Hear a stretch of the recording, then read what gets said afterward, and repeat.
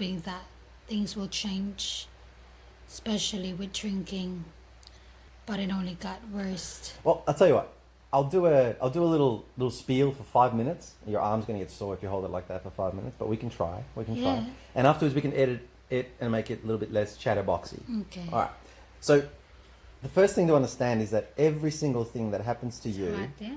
is based on your decisions and actions or inactions from the day you're old enough to make conscious decisions to now.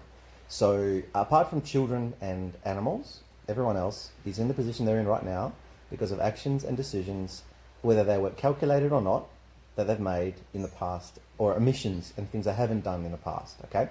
So, the relationship you're in at the moment is a reflection of your level of consciousness and who you are as a person, and that's all based on your childhood and on the blueprint of your mother and father. I'll take you back to the day you were conceived. So at day 0, before the 9 months took place in gestation with mum, the blueprint of mum and dad, their makeup, their history and everything, and their neurological pathway, which is their belief systems in their brain, was already making you as a person. But recently scientists have found out that my chest is there, but my head's a bit higher. There we go. Scientists have also found out that it isn't just the physical blueprint and the DNA coding. Your mother's perceptions of life, her voids and her values create your voids and your values. So you're already disadvantaged and advantaged by her perceptions when you're first born at day 0.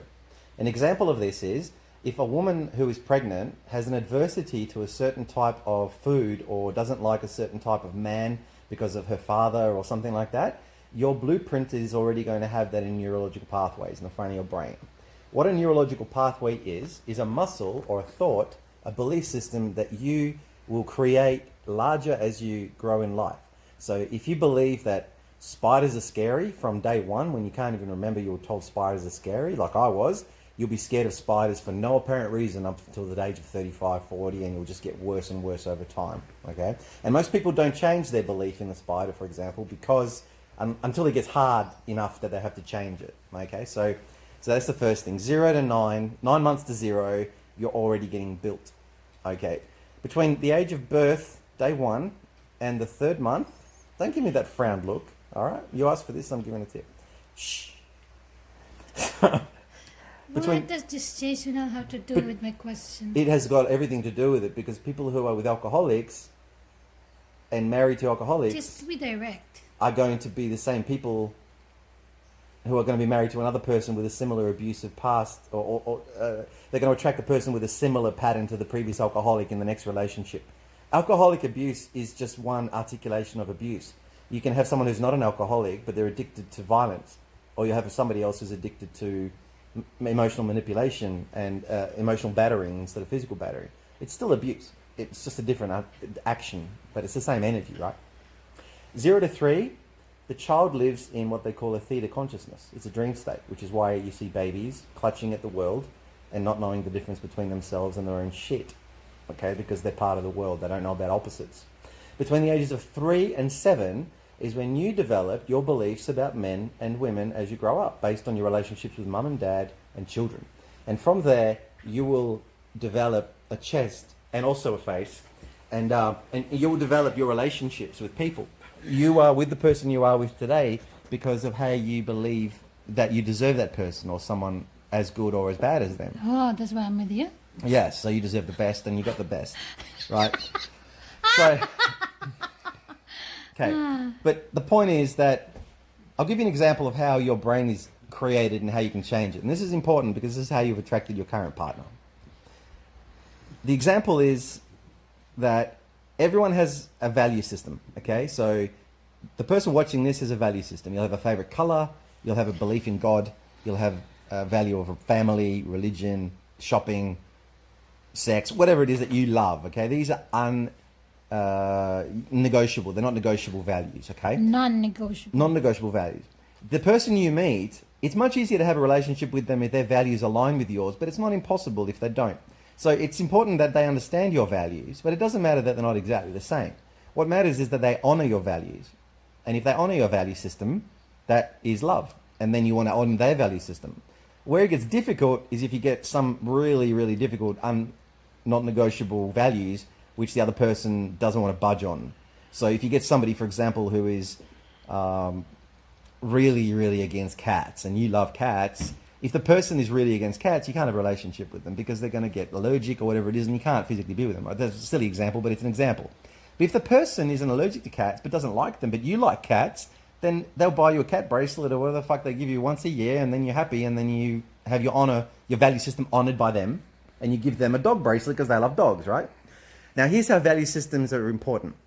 If you come home and you're a woman and you ask the guy how his day was, and the guy says it was great, and he wants to go and have his cave time because that's his value system, you let him have his cave time.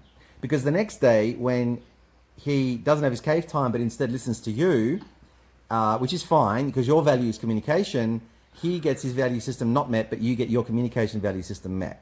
And after a while, if he does it too much and you do your thing too much, you start to not do it, and you make each other sacrifice the value system. So when I come home, I like to sit in front of the TV for a while, and Rona doesn't bombard me with stuff or straight away. She knows I get a bit of time and all that stuff. Same as for her. She comes home and she's like a repellent for a while, and then she'll come to me later and go, "Oh, baby, I'm sorry, I want to connect now," or something like that, and then we connect now, and then we're fine. But we can't impose stuff on each other straight away. If we do that, then we start making each other suffer, and that's when the value systems get broken. But you can't say, I am going to change that person, or that person one day won't think communication is important, or alcohol isn't important, or cave time isn't important, because that's part of their value system. And that's been built since day one of gestation, the 3-month theatre consciousness and the ego personality development. Okay, so all of that stuff I said at the beginning is relevant, Rona, because it affects how you are today. Don't Rona me. Don't rob me either. Get it? Rob. See, Rona likes the values of humour, and I'm one of the funniest people in the world. So, oh my God, so funny. And so, yeah, so that's why she's 100% happy. You have extreme of both worlds, same as I am. Yeah, all or nothing brain. Yeah. So, yeah. So you can't change a person. They will change when they feel enough pain from their current situation to change. Because most people will only change when their present situation is worse than changing. Most people avoid change. They adapt to their current situation. Last thing I want to say is talk about a word called perturbation. Perturbation and alcohol, for example. You didn't really... I'm Okay. answering it. I have alcohol. So with alcohol or anything else that people do which hurts them, they will avoid changing in every way possible before they finally have to change. So let's not use alcohol, let's use food. So let's say I get overweight, I can get healthy, or I get bigger clothes. What do? I get bigger clothes. Has that fixed my weight problem? No. Am I healthy? Am I balanced? No. I have adapted to the pain, right? I get bigger again, so I get embarrassed and I don't go down to the beach. Do I lose weight and buy smaller clothes and go out to the beach? No. I get bigger clothes and I now use virtual reality for my sunrise instead of going to the beach. Have I fixed my weight problem? Am I balanced? No. Am I going to get more pressure from the universe to push me back into balance? Yes. Is it going to get more painful? Yes. It's the same with alcohol and any other vice. Third thing happens is I get bigger again, and this time I lose my relationship and I have a heart attack. Can you see how my decisions, acts and omissions and things I have done and haven't done have affected my current outcome? This is all happening over time, but we keep making excuses for ourselves and we keep making excuses for our partner. And then we ask, how did we get to this? Poor me. I'm a God-fearing person and I pray it will change. You have 30 seconds. Won't change because action without, faith without works is empty. So change how you think, do some work on yourself, let the person know your value system. If someone's an alcoholic, 15 seconds, and you meet them and you say, do you know what? I really value alcohol as well. Let's be alcoholics together. Or I love you, so I'm going to buy you lots of drinks, which is a weird kind of love because you're killing the person with ethanol anyway, and you're supporting them in a self-destruction. Then that works in that way, right? But if the person is actually, you're distracting me now with the time limit. I need 10 more seconds, all right? So, but if the person from the very beginning says to you, I'm an alcoholic, or I have anger issues, and you want to love that person, it's on you. That's on you because you have the signs from the start. Don't expect them to change later when you've given them years and months of accepting them and giving them a false sense of acceptance, and now you're changing your mind because you hope they would change. People don't change. They do not change.